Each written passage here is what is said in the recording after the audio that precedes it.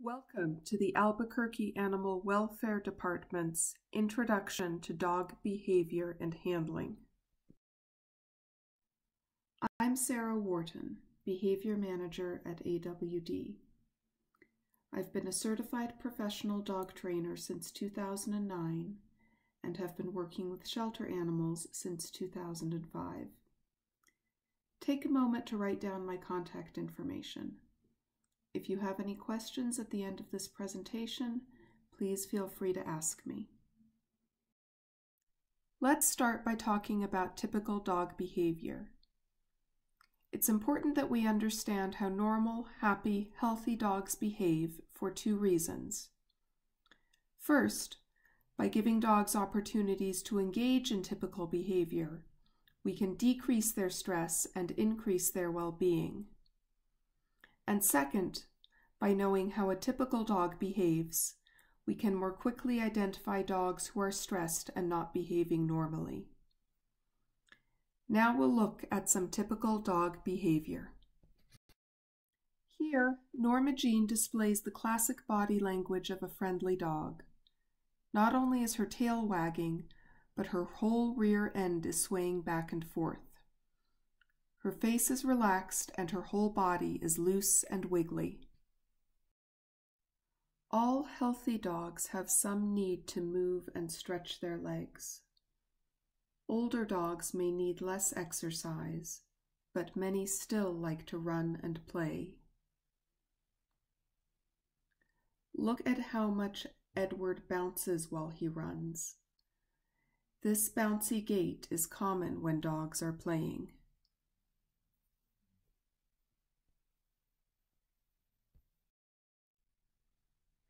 By encouraging dogs to chew or forage for food, we tap into their primal instincts and provide powerful stress relief. Foraging can help shy dogs gain confidence and can help calm more active dogs. Foraging can be encouraged with puzzle toys like Kongs or with something as simple as a cardboard box.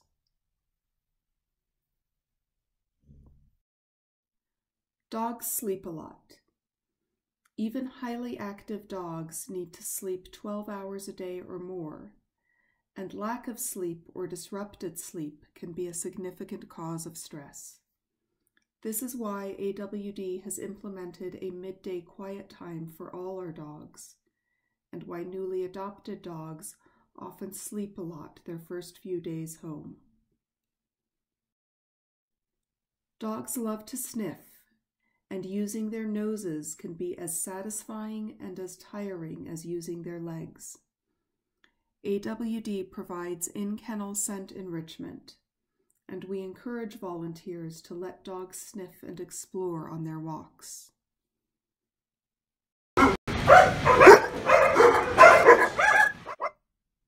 Some barking is normal, but excessive barking can be a sign of boredom, stress, fear, loneliness, or alarm. Barking is strongly influenced by the dog's environment, and how much dogs bark in a shelter may not predict how much they will bark in a home. Now, let's talk about atypical or abnormal dog behavior. Stress, fear, and frustration can all have a negative effect on dog behavior. Genetics and past experiences also play a role. Stress is a state of mental or emotional strain resulting from adverse or very demanding circumstances. Dogs can show stress in many different ways, including aggression. Dogs may also respond to stress by stressing up, stressing down, or fooling around. Some dogs increase their activity when they are stressed. Here, Swiss is showing classic signs of kennel stress. This dog may look like she's resting at first, but if you look closely, you'll see her ears are back, her eyes are wide, and her body is trembling.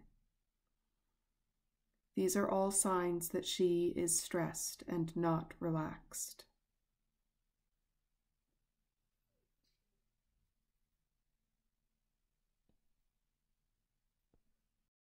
Here, Norma Jean exposes her belly and wags her tail when I approach her as she's chewing a rawhide. We might think that these are friendly gestures, but in this case, she's telling me she'd rather I didn't approach. She makes this clear by walking away from me. It's important to always look at the whole picture and never assume that one sign, such as a wagging tail, means that a dog is safe to pet. Aggression can be defined as behavior that a reasonable person perceives as causing or threatening harm to a person or animal.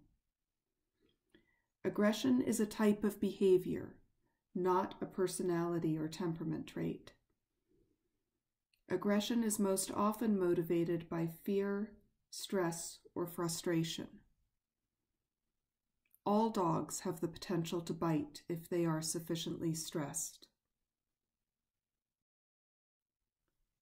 The warning signs of imminent aggression are easy to see and can include freezing, growling, baring teeth, lunging, and snapping.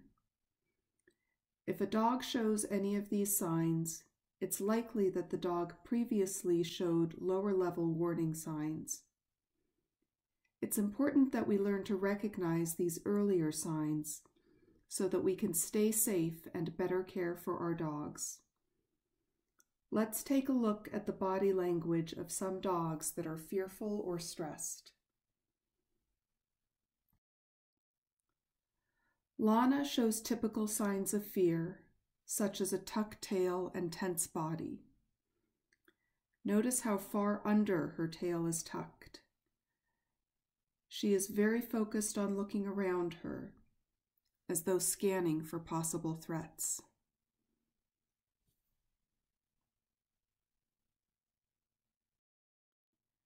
Charlie shows less obvious signs of fear. His tail is not tucked, but it is low. His body is tense, his mouth is closed, and he is constantly scanning the environment.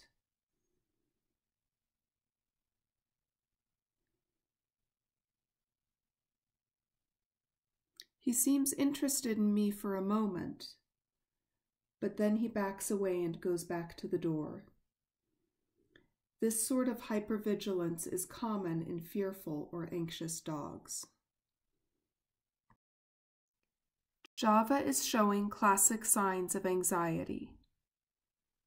She's in constant motion, she can't settle down, and she appears to want my attention, but she can't hold still and enjoy it.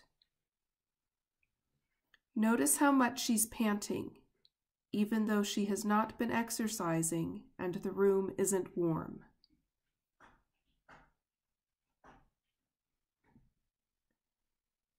She appears to settle down and enjoy petting for a moment, but notice how she licks her lips.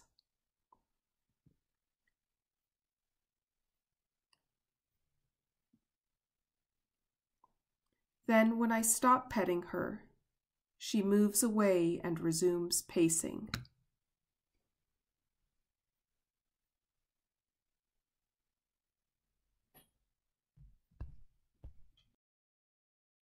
AWD uses rewards-based training. Do pay attention to a dog's needs. Only handle dogs within your skill and comfort level. Use coaxing, treats, and praise. Reward behaviors you like and redirect behaviors you don't like. Maintain control by using the right equipment and techniques. Speak and move gently. Take dogs to places where they can relax and play. Don't try to handle a dog that is outside your skill or comfort level. Don't shout, scold, hit, kick, or do anything meant to frighten or intimidate a dog. Don't jerk harshly on the leash. Don't use scary sounds or spraying water to stop unwanted behavior. Don't put dogs in situations that they can't handle. Many organizations in the fields of animal welfare and dog training have embraced rewards-based training, recognizing that it is humane, effective, and reliable. If a dog is behaving poorly or is difficult to control, the dog is likely scared, stressed, frustrated, or simply hasn't been taught how to act differently.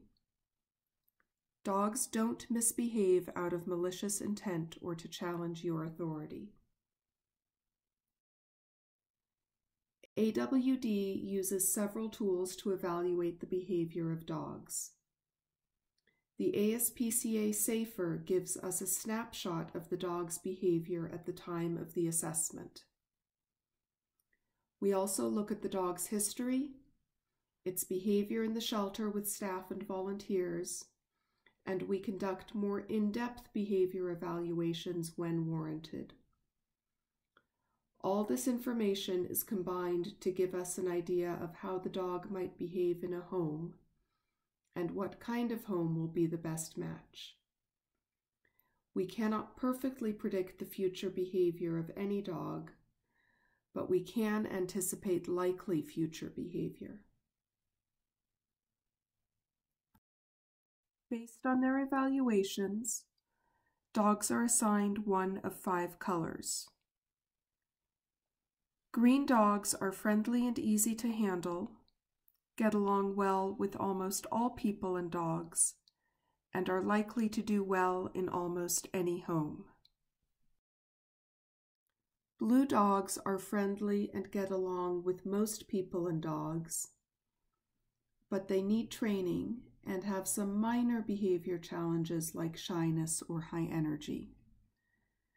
They are likely to do well in many homes, but need an owner who can commit to giving them training and exercise.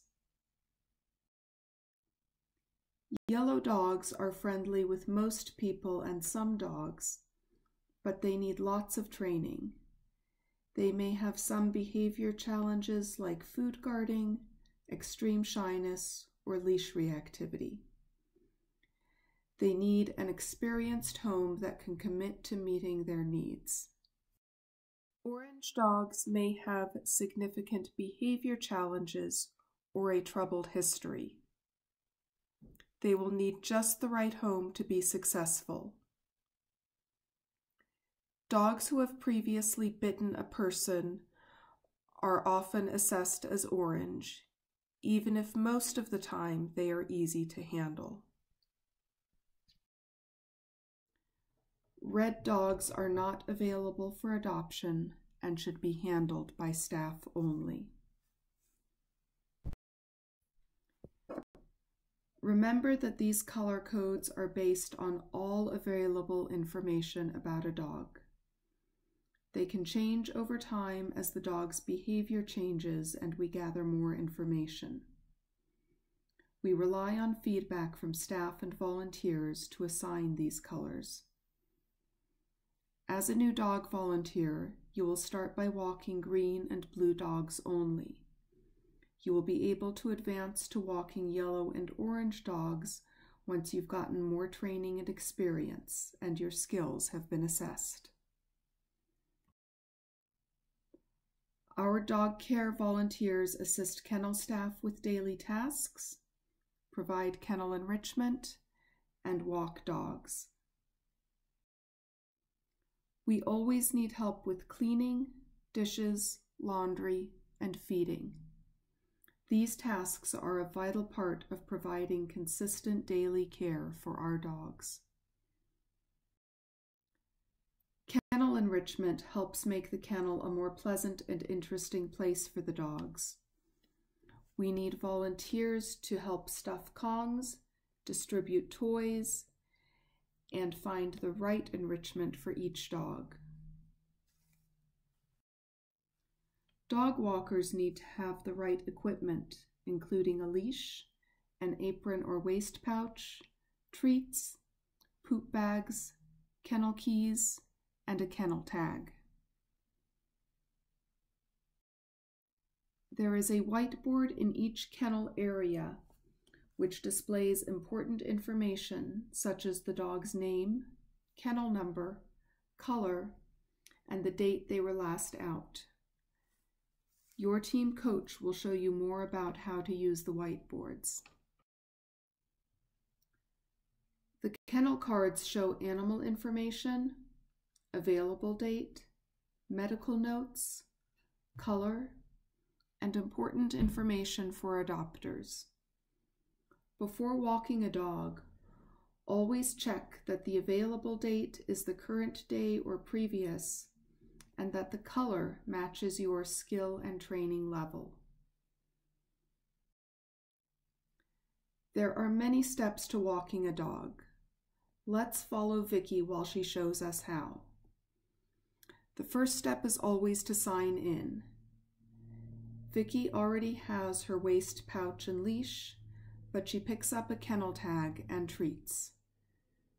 Then, Vicky heads back to Kennel Q, where many of our longer-term dogs are housed.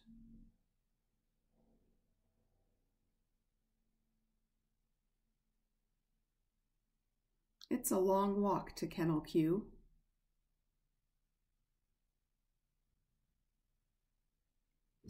Once there, Vicky checks the whiteboard. She marks which dog she will walk so that she won't forget to do it afterwards.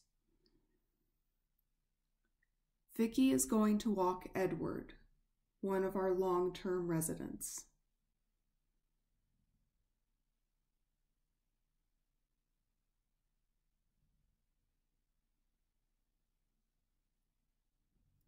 First, Vicky puts her tag on the kennel so that anyone who's looking for Edward will know that he's out with a volunteer.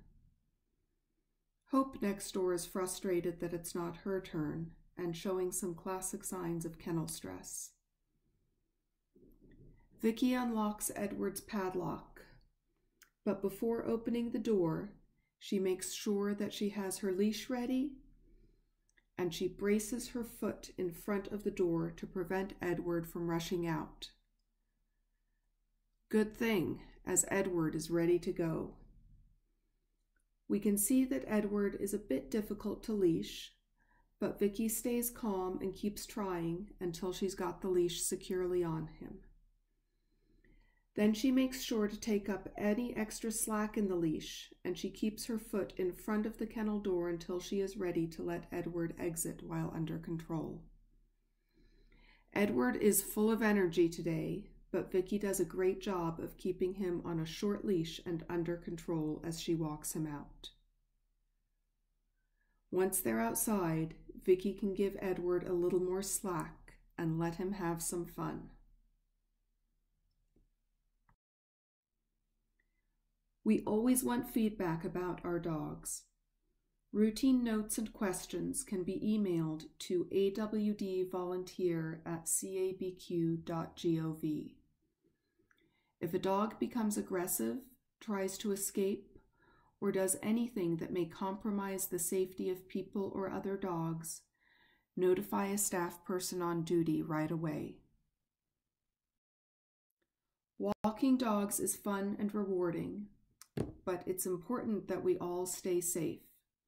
As a new volunteer, we will ask you to follow these guidelines. When in doubt, ask someone. Never handle a dog that makes you uncomfortable, regardless of the dog's color or what someone else has told you about it. Always report concerning behavior. Never put your face near the face of a dog you don't know. Follow the 3-second rule when petting dogs you don't know well. This means that you'll pet the dog for a few seconds, then pause to see the dog's response. Allow the dog to tell you how much they want to be petted and to walk away if they want. Let's take a closer look at the 3-second rule. Here, Lana lets me pet her, but shows no signs of enjoying it or wanting more. She turns towards me briefly, but appears too distracted to pay much attention to me. It is safest to give dogs like this time and space, and to only pet them when they are clearly enjoying it. Java does seem to enjoy me petting her, but she's also distracted, and when I stop petting her, she walks away. It's not uncommon for dogs who are stressed to show conflicted behavior. We can best help these dogs by letting them warm up at their own pace. Diesel wants to be petted and shows it clearly by nuzzling Vicky's hands and pivoting towards her. This is what a dog who wants to be petted looks like. Thank you for watching our dog behavior presentation. The next step is to take a short quiz, and then we will contact you to assign you to your dog team. Check the video description for the link to the quiz.